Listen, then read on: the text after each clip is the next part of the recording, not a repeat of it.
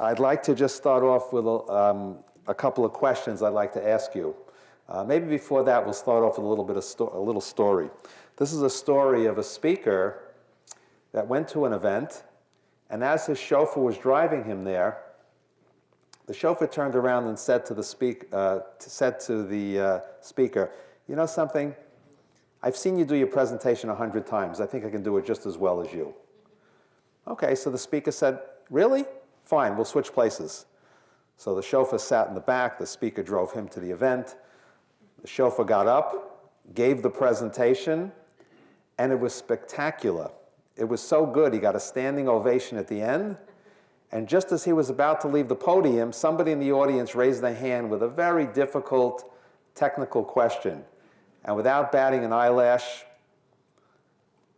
he said, "Just to show you what an easy question that is, I'm going to let my chauffeur in the back of the room answer it." Okay, so I hope my chauffeur is still back there. Okay. Anyway, I'd like to start off the talk tonight. First of all, you don't even know what I'm going to talk about, but I'm glad you came anyway. But just to satisfy my curiosity, I'd like to ask you the following questions. Please, by a show of hands, respond. Regardless of what your level of education is, whether you completed junior high, high school, college, master's, doctorate, postdoctorate, how many people here, through all the years of schooling they may have had, learned in school how to safely change a flat tire? Anybody? Really? Okay. A couple of people actually learned that. Amazing. How many people here learned in school or knew when they came out of school the difference between a mutual fund, an annuity, a stock, a bond? Anybody learn that in school? Anybody come out with that knowledge? Probably not. Okay. How many people here actually learned how to listen in school? In other words, listening is a skill. It doesn't come automatically. You have to be trained to be a good listener. And you might have learned how to read and how to write. We probably didn't learn how to speak in school or to listen, but these are critical skills that really are very important to our personal and professional success in life. Our relationships hinge on being good listeners, and nevertheless, it's something we're really not trained in. It's something we really don't learn in school. And there's a big difference between listening and hearing. Hearing is automatic. As soon as a baby is born, it hears. But to learn how to listen is really a skill. The last question I'd like to ask you is this. How many people here learned how to eat properly in school? How to have a healthy, nutritious lifestyle, how to have a healthy lifestyle? Probably never learned it. Probably never really got into it in school. So what I'm trying to point out, not to fault the educational system in any way, but there are a lot of practical, important, lifelong skills that were never taught in school. No matter how many years you've been in school, learning how to eat well, how to be healthy, is probably not part of the picture. Anyway, I could help you maybe with the last part. I'm the author of a book called L'chaim, 18 Chapters to Live By. It was written for the Jewish community. Baruch Hashem, it's been successful. People have benefited. People have changed their lives from the book. More importantly, people have enjoyed reading it because it's a very readable, practical book with stories and a lot of interesting things that people can learn from. It's based on my 25 years of experience as a clinician, as a practicing nutritionist. I have it available here for a book signing at the end if anybody's interested. Each chapter is devoted to different aspects of health, nutrition, how to get a good night's sleep, heart health, how to keep your brain healthy, how to reduce your stress, all from a Torah framework with some very nice haskamas from many leading Rabbanim. So I hope it might be of interest to you, or it might be of interest to a child, a family member, a friend, a relative, a neighbor, a wonderful gift item. It's over 200 pages, and I think you would get a lot out of it, so please keep that in mind. I have some literature that you can take at the end, some promotional literature, and also for coming tonight, I prepared a very special page on tips for healthy eating, which I'll talk to you a little bit more about. Basically, for those of you that are interested in good health and maintaining your health, there is a particular way of eating today that almost all the scientific research and studies have documented as being probably the best way of eating. Now, you know there are a lot of different schools of thought out there when it comes to nutrition, and a lot of different things that people do and try and believe in. But I can tell you, based on my experience and based on the current research, the Mediterranean way of eating seems to top the list in terms of reducing the risks of, having better cardiovascular health, reducing the risk of a lot of illnesses that are very common in today's world. So I prepared a page for you that you can take highlighting some of the basic concepts of the Mediterranean way of eating. So I hope you'll benefit from that. So that's one thing I want you to take. So what today is wrong with the way we eat? Basically, the focus of the talk today is really how to integrate diet. I don't like to use the word diet. Matter of fact, I never in 25 years of practice have put anybody on a diet. First of all, diets don't work. Anybody who's been on a diet knows they will often lose weight, but most people will regain the weight and then some. Also, if you ever looked at the first three letters of the word diet, okay, it's not such a good connotation there. So basically, I don't recommend diets, but I do recommend a healthy outlook and a healthy lifestyle. And if your focus is on being healthy, then your eating choices and the things you do will probably be better ones as well. I just want to share with you a quote in the book of Devarim. The Torah writes, "V'nishmartem miod lenafshosechem," which can be translated to mean, you should guard your souls very carefully. And the Torah Tamima refers to Talmudic discussions both in Brachos and Sanhedrin to elucidate how this verse, in fact, teaches the importance of guarding our bodies and our health. So really, that's what we're trying to do. I want to just share with you one other quote. This is in the Mishnah Berurah. The Mishnah Berurah is citing the Shlah HaKadosh. He says, a person should eat and drink only to give support and to give health to his body, to prepare for the service of the nefesh. And by doing this, every one of his meals is a Sudas mitzvah. Imagine that? If your intention when you sit down to eat is to nourish your body so you'll enable the neshama that Hashem blessed us with to be able to fulfill its mission, right? Because the neshama needs a vehicle. It needs a healthy body. And without a healthy body, we're incapable of doing the mitzvahs. So our avodas Hashem is really contingent on having a healthy body. So we have an obligation, a responsibility to the body and to the neshama to keep the body healthy so the neshama, the nefesh, could do the avodas Hashem. And that's really why, if you think about it, why does an animal eat? An animal eats out of instinct. It feels hungry, it knows it has to fill his gut. So that's why an animal eats. A human being, though, hopefully can take eating to a higher spiritual level. And when we do eat, we should think of the main purpose of eating, and the main purpose of guarding our health is so that we should have the health and the strength to be able to serve Hashem. So if a person thinks about this before he eats or while he's eating, so as the Mishnah Berurah states here, citing the Shlah, then the actual meal becomes a Sudas mitzvah. Every mouthful, every bite is a mitzvah. And by the way, this pertains to everything we do. If we go out to exercise, what's the purpose of exercising? Same thing. To strengthen the body so we can serve Hashem. Before going to sleep at night, if we have the thought in our mind, we're sleeping now so we can be well rested, so we can get up and do mitzvahs the next day. So then even the hours of sleep become a mitzvah in itself, if we have the right kavanah, the right intention when we do these things. So hopefully, leaving here tonight, maybe we can reflect on this, and when we sit down for a meal or a snack, we can have a higher purpose in mind. Okay, having said that, I'd like to go back to just some things tips I want to give you. One of the problems today with our eating is that we moved away We've steered away from a whole food diet.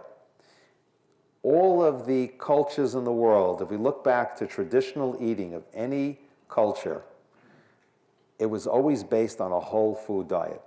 You go back 100 years, 200 years, any part of the world you go to, people who ate their traditional diets, no matter what they were basically healthy diets.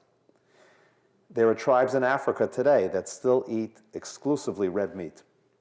So you would think that they would have terrible cardiovascular health. That's the primary food they eat, nothing else, red meat. And nevertheless, they have very good cardiovascular health because the red meat that they're eating is coming from animals that are wild, that are eating their natural diets. They're eating greens, they're grazing on grass, they're eating the things they're supposed to eat. So when an animal eats what it's supposed to eat, the nutrients in the animal's body are there, and then we benefit from those nutrients as well. Nowadays, animals, we've disturbed the food chain. Animals are supposed to eat a certain way. A cow is not supposed to be grain-fed. It's not supposed to eat cornmeal. A cow is supposed to eat grass. That's the natural diet of a cow. And if you think about it, it's pretty amazing. Just by munching on that grass, a cow is able to develop a massive body. It's able to get all the calcium it needs for its bones, all the nutrients it needs by consuming its natural diet. It's also interesting to note that grass, greens, are a source of omega-3 oil. Not much, but they do have some. So when a cow eats greens, its body, the meat on its body, now contains some omega-3, which protects the heart and the blood vessels. So when a cow is not eating what it's supposed to be eating, then those nutrients are missing and we don't benefit, we lose out. So, and by the way, you can get grass-fed meat today. It's available. I'm still not advocating eating it in tremendous amounts, but if you're going to eat red meat, so you have a better source. And the grass-fed meat, from what I've seen, has less fat, has lower cholesterol levels in the meat, it has a higher iron content, it has more omega-3 than the other types of meat. So it does become nutritionally a better choice as far as that goes. When it comes to oils and fats in the diet, there's a lot of confusion. Many people think it's best to be fat-free. And many of the foods today have had all the fats removed. You can get fat-free bread, fat-free yogurts, fat-free cookies, fat-free cake. So people think those are healthy. The truth is, we need fat. Fat is an essential part of our diet. We need the right kind of fats. The problem today is we're eating the wrong kind of fats, and that's really what the problem is. The right kind of fats are found in the Mediterranean way of eating. Monounsaturated fats coming from things like olives, olive oil, nuts and seeds, avocado, fish, the omega-3 oil that's in the fish. These are healthy, essential fats. Fats are not a luxury. They're an essential nutrient, essential ingredient that our bodies need. And if we have the right kind of fats, it can protect us against certain cancers, against heart disease, and many other ailments and so on. So that becomes very important. Another problem today is the wrong kinds of carbohydrates.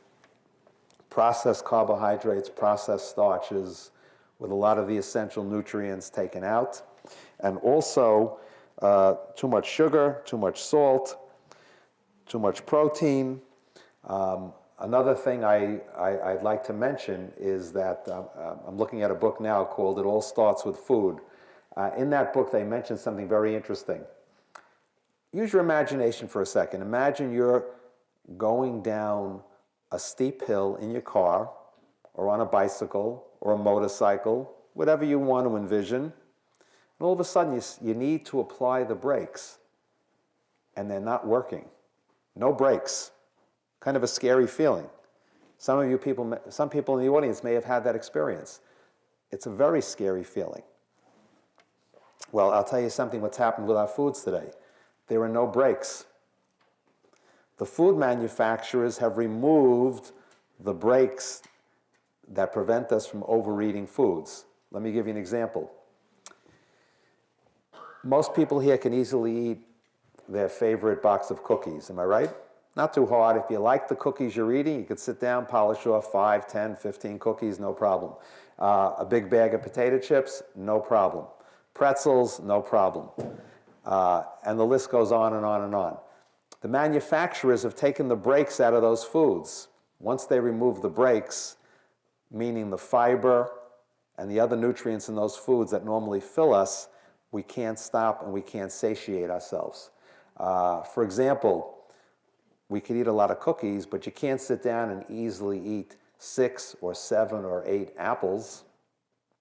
You can't polish off a head of cabbage too easily. You can't eat 6 or 7 sweet potatoes too easily, because those foods, the Rebbeinu Shalom put breaks into those foods. He put ingredients and mechanisms into all the whole foods that prevent you from overindulging and overeating. And the Rambam says very clearly that the main source of almost all disease is overeating, stuffing the stomach, and bad foods. That's the combination that the Rambam cites as being the major primary cause of many health problems that we see today, and in the past as well. The Rambam even goes as far to say, better a little bit of a bad food than too much of a good food. In other words, a little bit of a maybe an unhealthy food in the eyes of the Rambam is better than too much of a good food. Isn't that amazing? So the best combination would be to eat less and to try to eat healthy foods. If you eat healthy foods, you'll be able to eat less, because these foods have the breaks that the Rebbeinu Shalom put into the foods. They will fill you. They will satiate you. And that's why it's important to try to stick with the right foods. So that makes the best. I'll tell you now, for coming tonight, I'm going to give you a secret about the best exercise in the world. The best exercise in the world is pushing yourself away from the table. Okay? So if you could do that, the Rambam says, eat until you're about 3/4 full. In other words, you still feel you can eat. There's still room there. That's the best time to leave the table before you overeat and gorge and so on. And I'll tell you, there are many health consequences to overeating. I personally know a friend who told me his father passed away. He had a heart attack right after eating a heavy meal. He suffered a heart attack. And there are a certain percentage of heart attacks that have been connected with overeating and so on. So overeating is really one of the worst things we can do. And the Rambam said this 800 years ago, and it holds true today. It's a universal truth and principle that we're first realizing. Okay, let me give you a couple of other points. The soil that foods are grown on today is not that great. The agricultural industry doesn't let the land lay fallow every 7 years like we do. It's interesting to note that every 7 years, the soil gets depleted, and by allowing the land to lay fallow like the Torah commands us to do, the soil has a chance to replenish the nutrients that were taken out of it by the crops that were grown on it over those last number of years. So we can see this is a very important principle.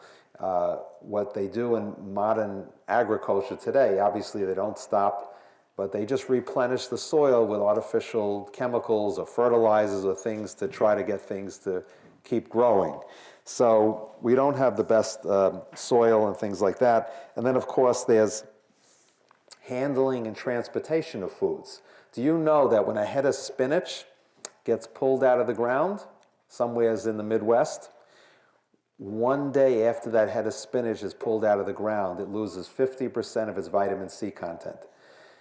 So what happens to the typical head of spinach? It gets pulled out of the ground, it goes onto a truck, into a warehouse, makes its way to the supermarket, it sits there for a couple of days. You buy that head of fresh spinach, sits in your refrigerator for 2-3 days. By the time you eat that head of spinach, it could be 2 weeks old. And then once it's cut, cooked, exposed to light, air, heating, whatever is done to it, there are continuous losses of nutrients. So even though you think you're eating healthy, and eating spinach is certainly healthy, I'm not saying you're not getting anything out of the spinach, but there's a lot that's been lost.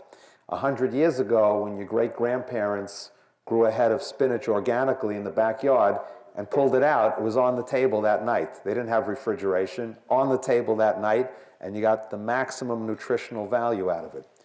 Okay, so I cited some of the problems today. The truth of the matter is, we can greatly improve our nutrition by avoiding the traps I just mentioned, sticking with whole foods, trying to do the right thing when it comes to making food choices and so on, and trying to build in some of the Mediterranean principles, as you'll get in that handout. Basically keeping the diet colorful fruits and vegetables, healthy fats, using meats and proteins as a side dish instead of a main dish, cutting back on sugars, avoiding white flour products, sticking with whole grains, and so on and so forth. You'll see the Mediterranean principles are very, very sound, very balanced, and they work, and the results have been there, and the studies show that they do get results. Now, I wanted to talk a little about supplements. So let's say we are eating as well as we can. We're following these Mediterranean principles. By the way, they say that frozen vegetables are probably more nutritious today than the fresh, because when they pull the head of spinach out and they're going to freeze it, they flash freeze it right away, so the nutrients are better preserved. So you may want to think of using fresh and frozen, but frozen carry a lot of weight in today's world as well. Canned are not as good. I prefer probably frozen over canned due to the salt and sugar content, and even the ingredients in the canning and stuff like that may be a drawback. But I would say that if that's the only way a person would eat vegetables, I would say go for it. You know what I mean? But if it's convenient and you do, that's a good way to get them in. So it's probably better than not eating them. Let me just what I'd like to do. We'll leave a few minutes at the end for some questions and comments. I'd like to talk a little about supplements now. So based on, we have these good, healthy eating principles now, as I just discussed. The question is, what role should supplements play, if any? Well, as I mentioned to you earlier, even if you're eating very healthy, you could still have nutritional deficiencies. We need many, many different nutrients on a daily basis. What they call macronutrients, micronutrients, nutrients we need in large amounts like calcium, potassium, magnesium, and then we have trace minerals, micronutrients like selenium, iodine, copper, things that we need small amounts of, but we need these nutrients on a daily basis. For every nutrient you might become deficient in, if the deficiency holds up for a long enough period of time, it will ultimately lead to some disease in the body. We all know if you don't get enough calcium, it's going to affect the bones. If you don't get enough magnesium in your diet, it could affect the cardiovascular system. And if you don't get enough beta-carotene or lutein, it could affect your eyes, and you could be more prone to macular degeneration, cataracts, glaucoma, and so on and so forth. So every nutrient will affect the organs in the body in some way if we're not getting an optimal amount of that nutrient. Many people today are deficient in different nutrients. And that's what I want to talk about right now. I want to just sort of conclude the talk with what I call core nutrients. What I mean by core nutrients, they're important ones, as they all are, but these are hard to get or more challenging to get even if you're eating well. And these are ones that people are more prone to be deficient in. So I'm going to give you a little overview of some of the core nutrients.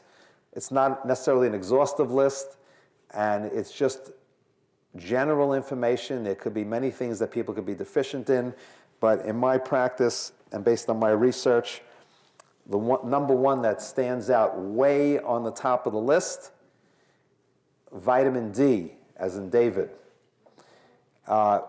Some people in this room may have had their vitamin D levels checked. I would assume that many people have found that they're probably low and don't have enough vitamin D. Vitamin D, they've discovered, is really not a vitamin, it's a hormone. And there are many receptor sites throughout the body, many organs and systems in the body that need vitamin D. So if you're not getting enough, those organs and those systems will suffer. Vitamin D has been linked, vitamin D deficiency has been linked to increased risk for cardiovascular disease, certain cancers, bone and joint problems, an impaired immune system, and the list goes on and on and on. There are many, many things that vitamin D is very vital for. Most people are not getting enough. This is where, we'll take questions in a little while. This is where a supplement could play a very valuable role to you, okay? I've designed some of my own supplements, and I tried to be careful to include things in them that are normally hard to get. So vitamin D, for example, I've included in larger amounts in my supplements because I know it's a little bit harder to get. There's another nutrient that you're probably a little less familiar with. It's called vitamin K. Now, most people, when they think of vitamin K, they think of something called vitamin K1, which is found in leafy greens. And the main function of vitamin K1 is it helps the blood to clot. But there's also another form of vitamin K, which is also essential for us. It's called vitamin K2. And vitamin K2 plays a very interesting role. One of the roles of vitamin K2, it does help in the bone building process, but more importantly, the way it helps is that it keeps calcium in the bones. If you don't have an adequate amount of vitamin K2, calcium can come out of the bones and wind up in the soft tissue or in the blood vessels. And as people age, they basically turn to stone. They suffer from calcification of the blood vessels. It's a very common and very problematic condition. It's very possible that with an adequate vitamin K2 intake, it's possible that we could maybe prevent that process, maybe even reverse that process. But where do we find vitamin K2? We find vitamin K2 in animal foods, animal proteins. The problem in today's world, as I mentioned earlier, is that animals are not being fed what they should be fed, so the vitamin K2 that should be there may not be there. That becomes a problem. Some of the more common foods that have vitamin K2, they're really not so common. They're found in certain fermented soy products. There's a famous Japanese food, a fermented soy food called natto. I think it's spelled N-A-T-T-O. But it doesn't go too well with the American palate. It doesn't maybe taste as good, so most people really don't make it part of their eating regimen. But in Japan, it's eaten regularly, and it contains a very large amount of vitamin K2. It's interesting to note that the Japanese who follow their traditional Japanese diet have a much higher or a much better level of health than many of the modern countries, Western countries, do. Their traditional diet is a very healthy diet, and it does contain a good amount of K2, and they have excellent bone health, despite the fact that dairy is really not a traditional part of the Asian or the Japanese diet. Their kids don't grow up on the traditional diet drinking 4 or 5 or 6 or whatever glasses of milk a day that we're supposed to drink. And despite all the calcium that we have in our diet, the milk and the cheese and the yogurt and the pizza and the ice cream and all the calcium supplements that people swallow, our bones are falling apart.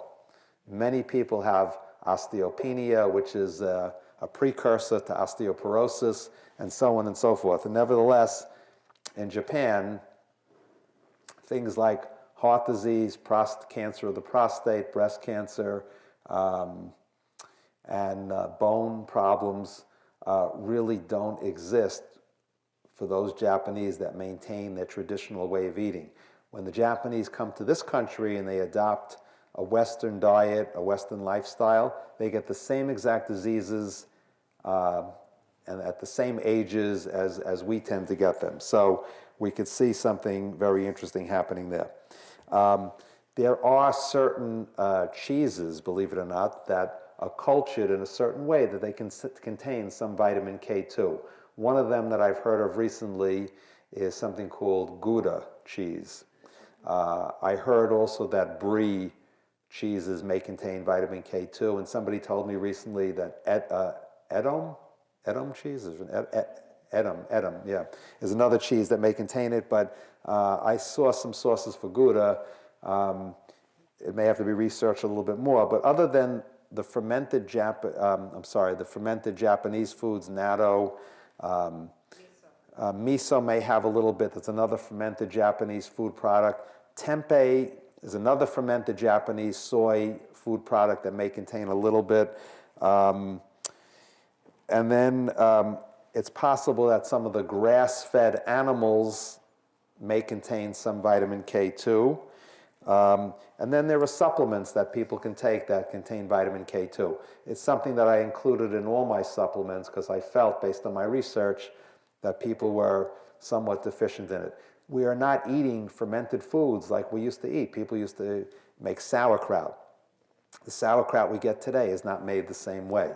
Although there might be some companies out there that do make it in a more traditional way, and you may get it that way. Or you may get other good things from the sauerkraut, not necessarily vitamin K2, but that brings me to the next core supplement is something called probiotics, friendly bacteria. Billions, if not trillions of bacteria, healthy, friendly, good bacteria, are supposed to be living in our gut. Unfortunately, most people have what they call a dysbiosis. We have the bad or the unfriendly bacteria has gotten the upper hand, and the good bacteria is really not in the amounts it should be. And when that happens, it could affect a lot of things in the body. It could affect immune health, digestive health, and the list goes on and on. So I would say that, once again, this is another area where you might, in today's world, you may have to rely on a supplement. Again, I'm talking core supplements, things that you can't easily get from foods. You could eat yogurt. The commercial yogurts put in some probiotics, maybe not that much. Usually they come with a lot of sugar also and other ingredients. But there are some good quality probiotic supplements that could fill a gap for you in this area. Omega-3, another essential nutrient that, unless you're eating fish a couple of times a week, you could have a deficiency in omega-3. So either you could eat more fish, or you could maybe take a supplement. If you can't eat fish, you don't like fish, there are omega-3 supplements. And the last nutrient I want to talk about very briefly is vitamin B12. As we get older, it becomes harder to absorb vitamin B12 from the foods. We have lower hydrochloric acid levels in the stomach, which is needed to separate or extract the B12 from the foods that it's in. And therefore, you can get tested, get your blood levels tested for vitamin D, for B12. And if you're deficient, you could either get B12 injections or you can get a high dose of vitamin B12 in a supplement form.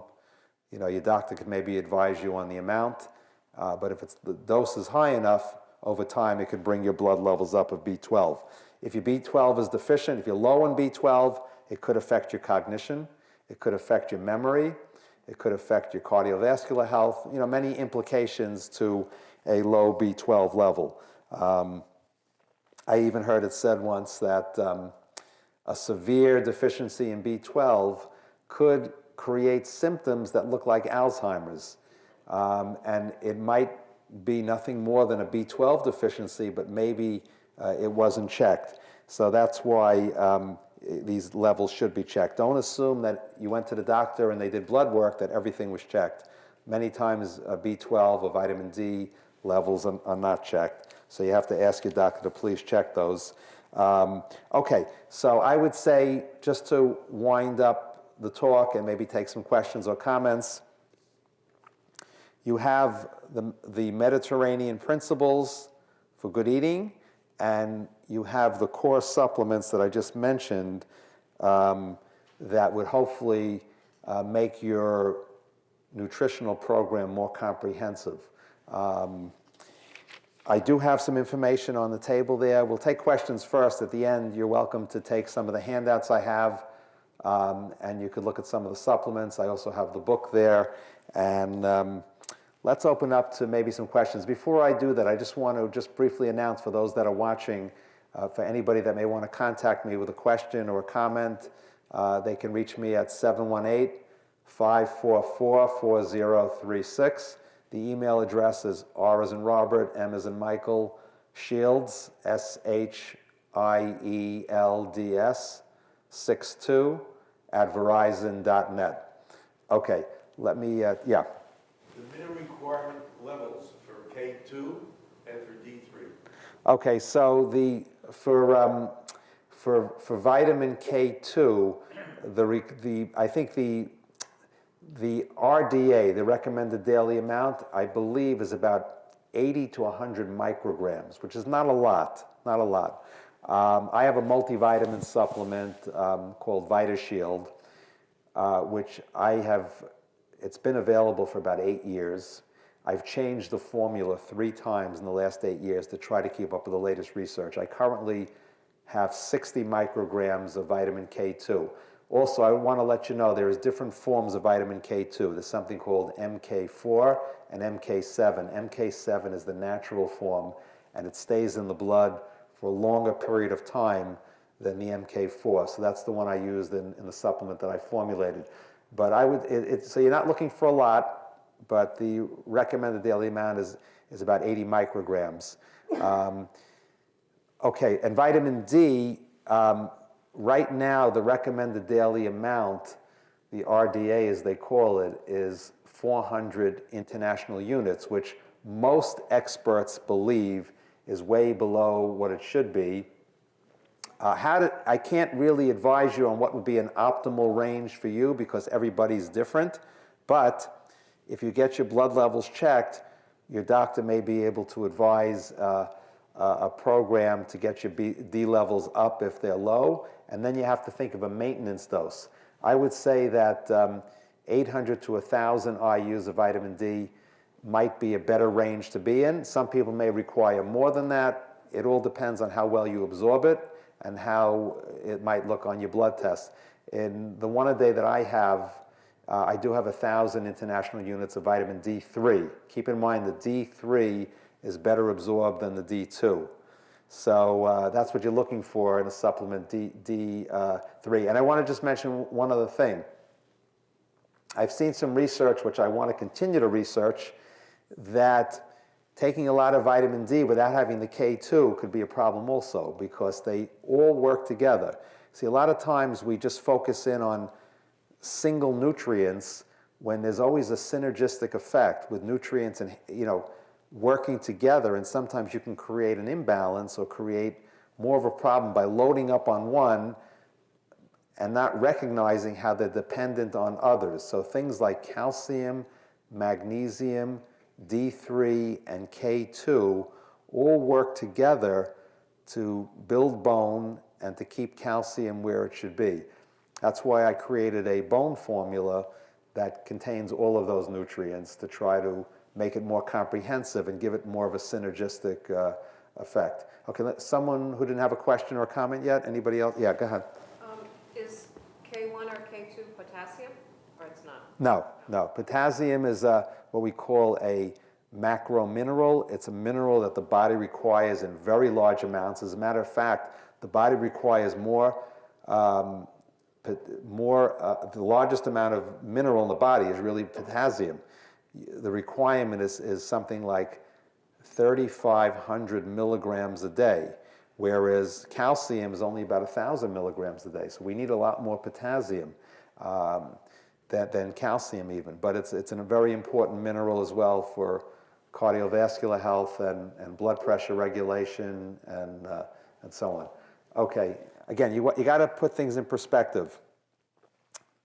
The foods we eat, the quality of the sleep that we get, the exercise that we do, is the Iker, and the supplements are the Tuffle. I mentioned core supplements because I don't believe in people taking a lot of supplements. I'll just tell you a story. In my practice, I once had a man, anytime I counsel anybody, I tell them, bring in whatever supplement you're taking. I want to see what you're taking. So one guy came in, it's a true story. I think I wrote it up in my book also. He came in with a suitcase. He put it on my desk, he opened it up, there were 40 bottles in there.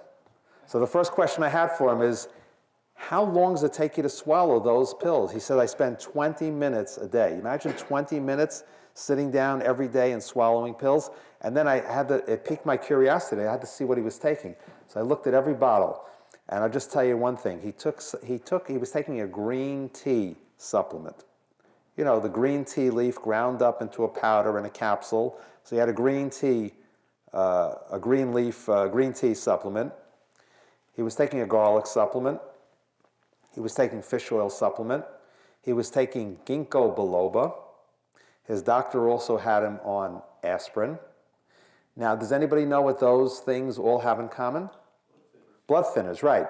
So I said to him, do you know that you're taking a lot of things that thin the blood? Now, don't get me wrong. There's nothing wrong with having the blood a little thinner, anti-clotting, things like that, a little bit of garlic. Beautiful. But I said, you're taking a lot of things that all have the same mechanism, including the aspirin that the doctor gave you. And he said to me, you know something? I've been having a lot of nosebleeds lately. And he even told me that one time he had such a bad nosebleed, he had to go to the hospital. And even in the hospital, they had trouble stopping it. They had to insert a balloon in his nose and blow it up to prevent the bleeding, stop the bleeding.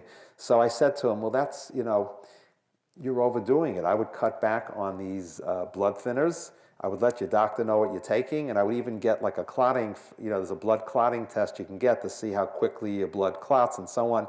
So all I could say is many people do self-supplement. They read something in a health magazine, they go into a store, somebody tells them this, and before you know it, every week they're coming home with more bottles. What I try to do, or what I advise people, is to be very prudent when it comes to supplements, to really just try to use them in a sensible way to get, good quality supplements. Less is better than more sometimes. That's why I've tried to modify or update my formulas based on the research. Either I lessen ingredients or I increase ingredients, that kind of thing. But really, that was the main purpose of my talk tonight, is to focus in what I think are some of the core things. Many other things you can get from good food, if you're choosing better foods, you could satisfy a lot of nutritional needs through a better diet, but there are areas that I mentioned: probiotics, vitamin D, K2, omega-3, and B12, where people could fall short, and this is where supplements may help fill an important gap for you. So, but you're bringing up a good point. Any other comments or questions? Yeah. You mentioned things working synergistically for bone health. Like, are we still growing bone? I thought that... No, you are still growing bone. Every 7 years you get a brand new skeletal system. And the truth is, bones are living tissue. They're not rocks in your body. Bones are constantly the bone cells are dying, bones are constantly being worn out, worn away, and the body is constantly regenerating bone tissue. In order for you to build healthy bone tissue, regardless of what age, or to slow bone loss, there are nutritional factors, there are exercise factors that can help you with bone health and bone density. Okay, even weight-bearing exercises at any age, as far as I know, will increase bone density. Okay, they know when astronauts go up in space, they come down, they see they've lost bone mass because they're floating, there's no gravity, there's no force on the skeletal system.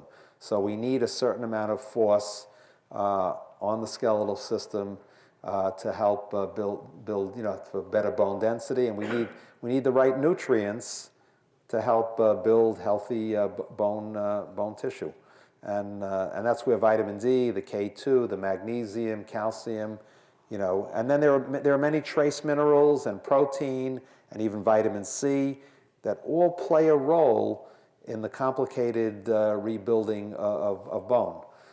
Anybody, the lights are shining on me. I can't see in the back. Is there anybody in the back there that has a question? I can't see your hands, so if you want to just, anybody behind this light back here?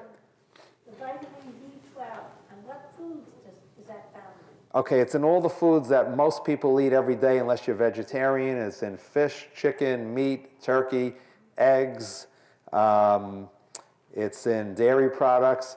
But even though you're eating these foods every day, you can still be deficient because, as I said, as you get older, there's something called intrinsic factor, a certain mechanism in the stomach, the hydrochloric acid, that extracts B12. And if you don't have enough of that, you could be deficient. So your doctor should check your levels. Also, keep in mind that there's a range on B12. It starts maybe down in the lower 200s. It may go to 1,000 on the lab test. You want to be like at least in the middle of the range. If you're on the lower end, it may not be that great either. So you want to get a little bit higher up in that range. Yeah. What about the vitamin K2? Where is that? Where would you find that? In foods? Yeah. Okay, so it's not in that many foods. I mentioned certain cheeses, certain fermented soy products, animal proteins, meat, chicken, things like that. But because of how animals are raised nowadays and without the right foods in their diet, whether the vitamin K2 is really there is questionable. The body can sometimes convert, I think, the vitamin K1, which you get from leafy greens, into K2, but you may not get enough of a conversion to give you the amounts that you might need. So a supplement may be important. The only people that have to be a little bit cautious about vitamin K, either K1 or K2 or any kind of K supplement or even K in foods, is people who are on Coumadin, because vitamin Ks are antagonistic to the drug Coumadin. So if you're taking the drug Coumadin, you have to really be very careful and discuss with your doctor about your food or vitamin intake when it comes to the vitamin K vitamins. Yeah. I know maybe you mentioned it, just stepped up for a second. What about a pregnant woman? What type of vitamins do they need to take? Okay, so if somebody is pregnant, they should really be in touch closely with their doctor. The doctor should hopefully, suggest a good quality prenatal, and the prenatal should also contain some omega-3 fish oil.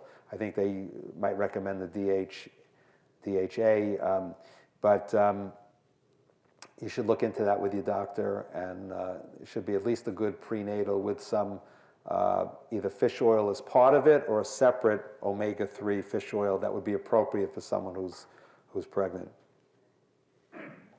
What do you think about wild or farm fish? I would say when it comes to wild or farmed, wild would be a better choice, although they say that even in the farmed, I know there are problems with farmed fish, but they also still have the omega-3 content, so you might be able to argue the point that the benefits may still outweigh the risks even in farmed, but I would still be, I wouldn't go overboard with the farmed. I would try to use more of the wild when you can. Most of the canned salmon, maybe 80% of it is wild, where most of the fresh salmon you buy, about 80% of it is farmed. So, but the main thing is to get different kinds of fish in and to try to eat more fish. Tuna is the only one I caution people about in terms of its being a higher mercury containing fish. So if instead of eating the tuna, you switch to sardines or salmon or mackerel or herring or some other kind of fish to replace the tuna, those would be probably better choices to avoid the mercury. I want to just conclude on a certain note that I was thinking about today. This is a little bit of a switch in topic. Again, I'll be around at the end for the book signing for anybody that might be interested, or questions on the supplements. There are handouts there. There are 3 handouts. There's a card if you want to contact me. But I'd like to conclude on a different note. We're all very aware of the terrible tragedies that are taking place in Eretz Yisrael every day. I don't know how it couldn't affect everybody in some way, heart-wrenching tragedies. And I recently heard a talk from Rabbi David Goldwasser, and he said that a lot of times we feel helpless in what we can do, but the truth is, he said that even a small act or something we take on could make a difference, a big difference. So I'd like to conclude by having us maybe think of something we could do. I'm talking something on a spiritual level. It could mean maybe some extra learning. It could be an extra kapitel Tehillim you say during the day, giving extra tzedakah, shmiras halashon, anything you could think of, anything you can do. Don't think it won't make a difference, because it will. Chesed, I would try, I'm just going to ask that we all contemplate for a little while now before we leave some extra mitzvah, something we could do that would be a schus for our brethren in Eretz Yisrael. So I'm hoping before we leave we can just all make some commitment to something, davening with more kavanah. You pick something that you feel you want to work on or do, and I think that would be a good way to conclude this talk. I want to thank everybody again for coming.